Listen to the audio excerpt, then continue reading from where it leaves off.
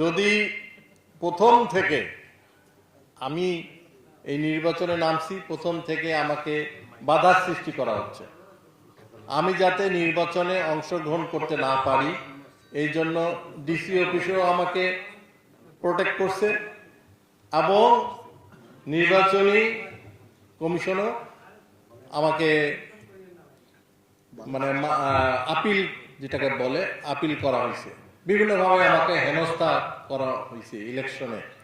তো যাই হোক, আল্লাহর হুকুম, আমার কোনো ধরনের ফল্ট নাই।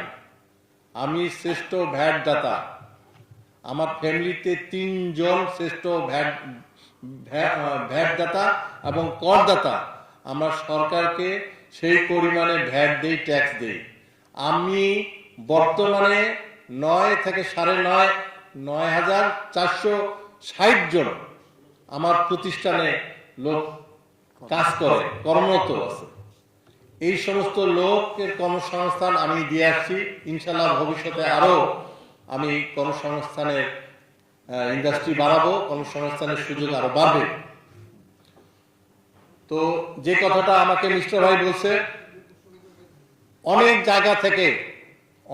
জায়গা থেকে আপত্তি আসতেছে, আমাকে জানাচ্ছে যে ধমক দেওয়া হচ্ছে, ভয় দেখানো হচ্ছে এবং ভোট সেন্টারে তুই কিভাবে যাস সেটা আমি দেখব। এই সমস্ত উস্কানিমূলক কথাবার্তা এটা বলা হচ্ছে, আমার কানেও আসছে। আমি মনে করি হার জিত তো সব উপর আল্লাহর হাতে না। আমি কি বলতে পারবো আমি জিতবো? তা আমার মনে হয় এই সমস্ত জায়গা থেকে যারা যে সমস্ত ক্যান্ডিডেট দাঁড়াইছেন, আপনারা মনে হয় আপনারা আপনাদের জায়গা থেকে সুন্দরভাবে ভোট চান, সবাইকে ভোট দেওয়ার সুযোগ তৈরি করে দেন। একটা জায়গায় আপনারা সবাই নির্ভয়ে কিন্তু ভোট দিতে যাবেন। এখানে যারা বাধা সৃষ্টি করতে যাবে মনে করে নেবেন ওরা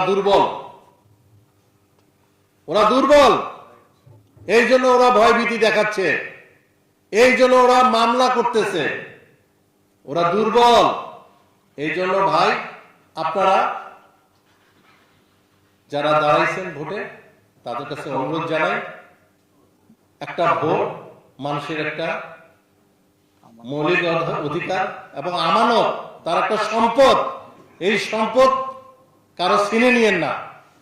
এই সম্পদ ছিনে নিলে আপনিও একদিন কি হবে, এর বিচার আপনার